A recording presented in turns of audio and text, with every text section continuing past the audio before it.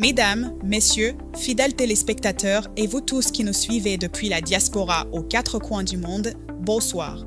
Bienvenue dans votre grand format d'information Inside News RDC. Nous sommes le dimanche 23 novembre 2025. L'actualité de notre grand Congo est un fleuve tumultueux, charriant à la fois les espoirs d'une nation résiliente et les défis sécuritaires qui mettent à l'épreuve notre souveraineté. Ce soir, nous décryptons ensemble une semaine charnière qui s'achève sur des notes contrastées. Au sommaire de cette édition, l'Est du pays retient son souffle. Alors que la diplomatie s'active dans les salons feutrés, le terrain militaire gronde. La localité stratégique de Mahanga est tombée hier aux mains des rebelles du M23. Un revers tactique majeur que nous analyserons en détail. Pendant ce temps, depuis le sommet du G20, le président français Emmanuel Macron pointe un doigt accusateur vers le M23 concernant le blocus de l'aéroport de Goma. Sur le front intérieur, la grande mulette fait le ménage. Des purges au sein du commandement des FARDC et l'arrestation d'officiers supérieurs signalent une volonté de redressement, alors que le général-major Niembo Abdallah prend les rênes de la 3e zone de défense. L'économie n'est pas en reste avec un projet pharaonique, $1 milliard pour un parc agro-industriel à Mbanza-Ngungu. Est-ce enfin le début de notre souveraineté alimentaire? Nous poserons la question. Et puis, nous parlerons de la liberté de la presse. Le rapport de GED est tombé comme un coup près. Si le volume des violations baisse, les assassinats de journalistes restent une plaie ouverte dans notre démocratie. Enfin, une note d'espoir et de passion avec le sport. Malgré la défaite de l'Opopo en Afrique du Sud, l'euphorie de la qualification des Léopards pour les barrages du mondial continue de faire vibrer la nation. Restez avec nous, l'information vérifiée et approfondie, c'est tout de suite, c'est ici. Entrons directement dans le vif du sujet avec la situation précaire au Nord Kivu. Ce week-end a été marqué par une évolution dramatique sur le théâtre des opérations. Selon nos sources recoupées sur le terrain, l'agglomération de Mahanga, située dans le groupement Nyamaboko 1er, en territoire de Masisi, est passée sous le contrôle des rebelles de l'AFC M23 ce samedi 22 novembre. Il ne s'agit pas d'une simple prise de position, mais d'un véritable verrou stratégique qui vient de sauter. Les combats, d'une violence inouïe, ont opposé les forces gouvernementales, appuyées par les Wazalendo, à une coalition rebelle déterminée. Après avoir été repoussés vendredi jusqu'à Butoy, les insurgés ont lancé une contre-offensive massive samedi matin, contraignant nos forces au repli vers Luando, plus au sud.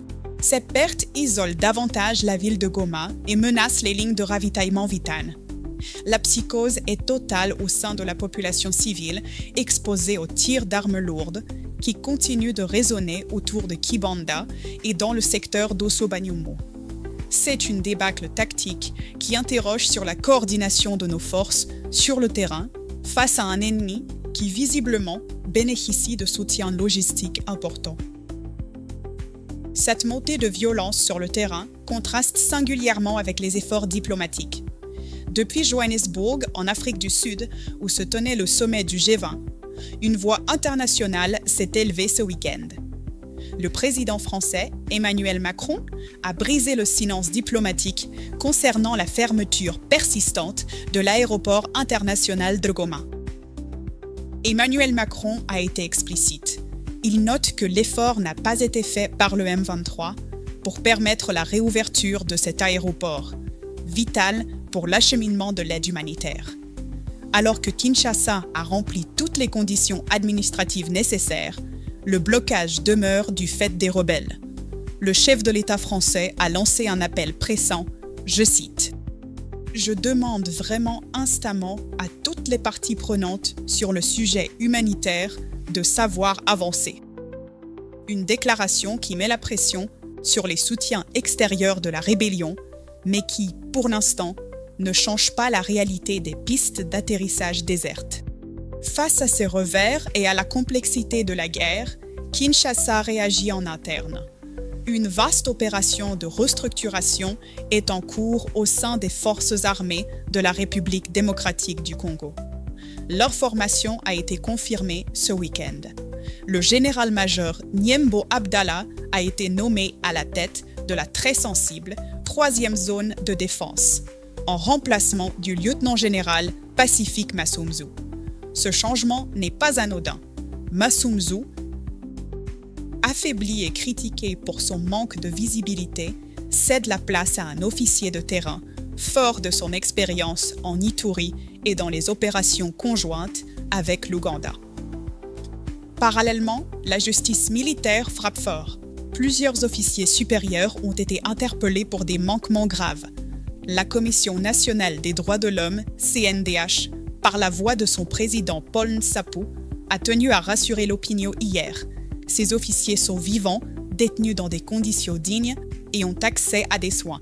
Le porte-parole des FARDC, le général-major Sylvain Ekenge, a insisté sur le fait que ces interpellations visent des faits hautement répréhensibles, portant atteinte à la sûreté de l'État.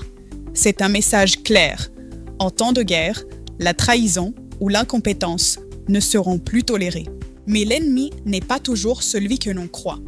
Au Sud Kivu, une situation ubuesque et tragique s'est déroulée ce samedi 22 novembre à Sange, dans la plaine de la Ruzizi. Des affrontements ont éclaté non pas contre des envahisseurs, mais entre deux factions de Wazalendo, ces patriotes censés défendre la nation.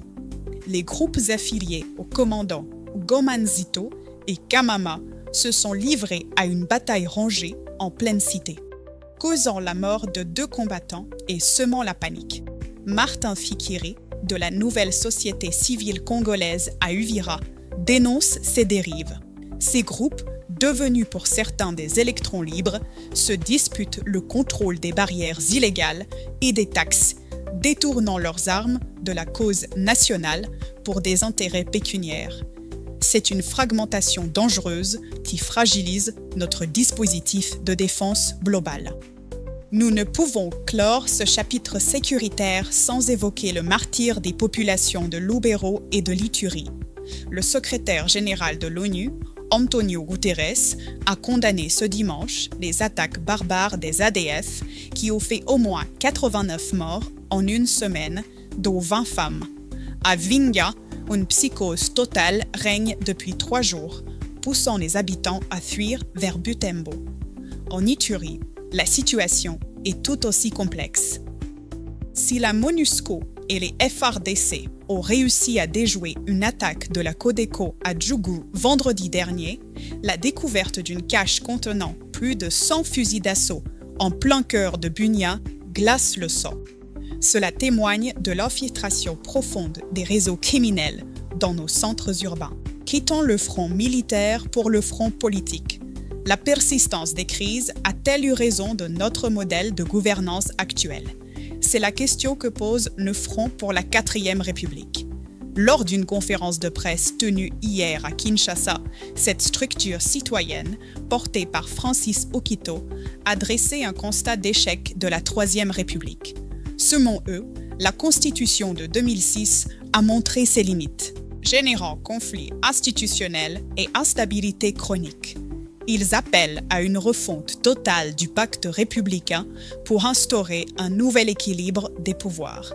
Bien que ce débat puisse sembler théorique face à l'urgence de la guerre, il traduit un malaise profond sur le fonctionnement de notre État.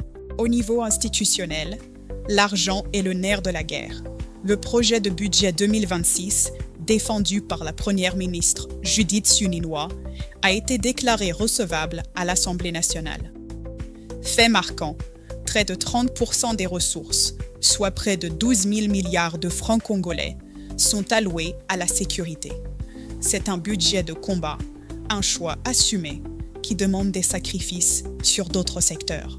Mais cet effort national a des répercussions en province. Prenons l'exemple de la province de Lomami. Le vice-gouverneur Célestin Kayembe a déposé hier son projet d'édit budgétaire qui accuse une baisse drastique de plus de 31% par rapport à l'année précédente. Les raisons ? La faible mobilisation des recettes locales, mais surtout l'irrégularité de la rétrocession venue de Kinshasa. C'est tout le paradoxe de notre système.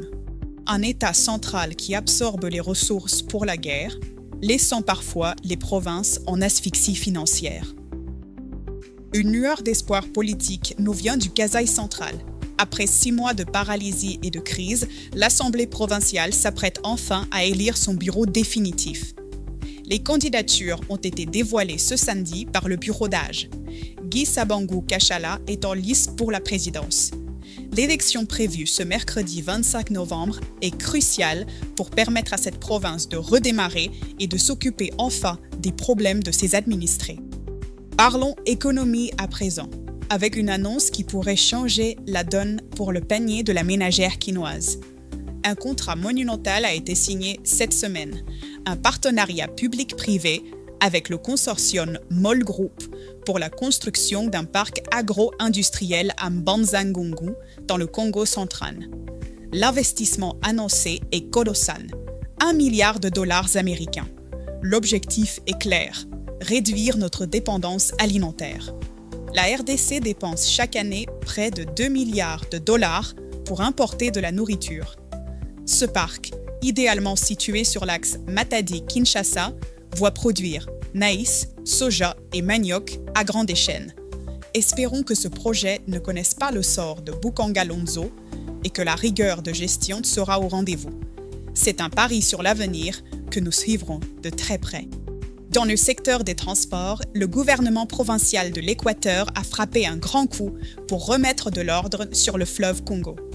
71 ports privés jugés illégaux ont été fermés sur ordre du gouverneur.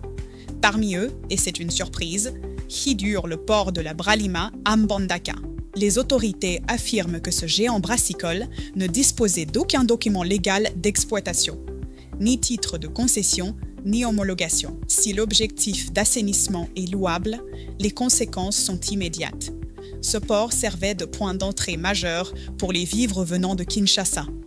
La population de Mbandaka craint déjà une flambée des prix et une rupture des stocks.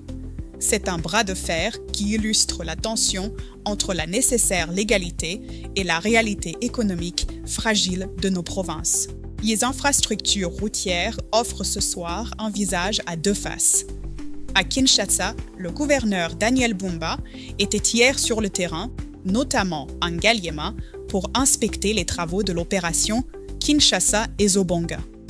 Bétonnage de l'avenue des Trois-Vallées, réhabilitation de la route de Matadi, la ville tente de se moderniser pour lutter contre les embouteillages monstres. Mais à des milliers de kilomètres de là, en Ituri, c'est la désolation. Le trafic est coupé depuis 5 jours sur l'axe vital Bunia-Kasseni. Le pont Bogu a cédé. Résultat, des centaines de camions bloqués, des marchandises qui pourrissent sur place et des prix qui s'envolent à Bunia. Les opérateurs économiques lancent un cri d'alarme au gouvernement. C'est toute l'économie d'une région frontalière avec l'Ouganda qui est à l'arrêt, asphyxiée par le manque d'entretien de nos ouvrages d'art. Un dernier point économie important. Notez bien cette date, le 1er décembre 2025. Le ministère des Finances lance la réforme de la facture normalisée. Désormais, seules les charges justifiées par une facture électronique certifiée seront déductibles des impôts. C'est une mesure technique mais révolutionnaire pour capter la TVA et formaliser notre économie. Commerçants et entreprises sont prévenus. La tolérance administrative touche à sa fin. Dans le chapitre Société, arrêtons-nous sur l'état de notre démocratie à travers le prisme de la liberté de la presse. L'ONG Journalistes en danger, GED, a publié hier son rapport annuel et le bilan est mitigé. Depuis 1994, GED a recensé 2670 cas d'atteinte à la liberté de la presse. Sous l'ère Tshisekedi, on note une baisse globale des violations par rapport aux années Kabila. Moins d'arrestations arbitraires, moins de médias fermés. Cependant, le chiffre noir demeure. 12 journalistes tués et 4 disparus depuis 2019. L'impunité reste la règle. GED appelle à des enquêtes indépendantes pour que le journalisme ne soit plus un métier à risque mortel en RDC, particulièrement dans les zones sous contrôle rebelle où l'information est bâillonnée. À Kinshasa, dans la commune de Lansele, c'est un autre type de violence qui s'exerce, la violence foncière. Les femmes maraîchères du site Sikotra sont en colère. Elles dénoncent le comportement des chefs coutumiers locaux qui, selon elles, revendent illégalement les terres qu'elles cultivent depuis des années. Ces femmes, piliers de l'économie familiale, voient leur outil de travail confisqué. Nous ne voulons pas la main tendue, nous voulons être autonomes, a déclaré leur présidente Bobila Nzinga. C'est un appel à l'aide lancé aux autorités pour protéger ces terres nourricières contre la spéculation immobilière sauvage. Restons à Kinshasa avec une note positive. L'opération Zéro déchet menée hier au quartier Molo à Lemba, sous l'impulsion de Steve Mulumba de l'Assemblée provinciale, la population s'est mobilisée pour curer les caniveaux et assainir l'environnement. Un geste de civisme qui doit devenir un réflexe quotidien et non un événement isolé. Sur le plan sanitaire, la vigilance reste de mise. L'épidémie de Mpox, variole du singe, continue de sévir, particulièrement chez les enfants et dans les camps de déplacés. Malgré l'urgence sécuritaire, nous ne devons pas oublier cette crise sanitaire silencieuse qui nécessite une réponse internationale plus forte. Enfin, à Kalemi dans le Tanganyika, l'insécurité urbaine atteint des sommets inquiétants, avec 5 morts en une semaine, dont 2 présumés voleurs brûlés vifs par une population qui décide de se faire justice elle-même. Un signe alarmant de la rupture de confiance envers les forces de l'ordre local. Terminons ce journal par la page sportive. En Ligue des champions de la CAF, l'entrée en matière a été rude pour le FC Saint-Éloi Lupopo. Les Cheminots se sont inclinés hier à Pretoria face aux redoutables Sud-Africains de Mamelodi Sundowns sur le score de 3-1. Malgré une égalisation pleine d'espoir de Wanet juste avant la pause et une première mi-temps courageuse, les hommes de Lubumbashi ont pillé en seconde période. Rien n'est perdu cependant. Le prochain rendez-vous est fixé au 28 novembre contre Al Hilal du Soudan au stade TP Mazembe. Il faudra impérativement prendre des points à domicile. Mais l'image sportive de la semaine, celle qui restera gravée dans nos cœurs, c'est bien sûr la qualification héroïque de nos léopards pour les barrages du Mondial 2026. Après avoir écarté le Nigeria, l'équipe nationale a été reçue avec les honneurs par le chef de l'État. Dans un pays traversé par tant de crises, le football prouve encore une fois qu'il est le ciment le plus puissant de notre unité nationale. De Kinshasa à Beni, tout le peuple congolais rêve désormais du Mexique, du Canada et des États-Unis. Notons aussi du mouvement au FC Les Aigles du Congo. Vidier Chimanga structure son club avec l'arrivée d'Otis Ngoma comme directeur de l'académie et une ambulance médicalisée offerte à l'équipe. Le professionnalisme gagne du terrain dans notre football local. Voilà pour l'essentiel de l'actualité de ce dimanche 23 novembre et de la semaine écoulée. Que retenir ? Que la RDC est à la croisée des chemins. Entre la douleur de Mahanga et l'espoir de Mbanza Ngongo, entre les larmes des déplacés de Lubero et la joie des supporters des Léopards, notre pays continue d'avancer, coûte que coûte. Chez Inside News RDC, notre mission est de vous donner les faits, rien que les faits, pour vous permettre de comprendre ces enjeux complexes. Dans cette période trouble, méfiez-vous des rumeurs qui circulent sur les réseaux sociaux. Vérifiez vos sources, croisez les informations. La désinformation est une arme de guerre, ne la laissez pas vous atteindre. Je vous retrouve très bientôt pour un nouveau décryptage. D'ici là, prenez soin de vous et de vos proches. Que Dieu bénisse la République démocratique du Congo. Bonsoir chez vous.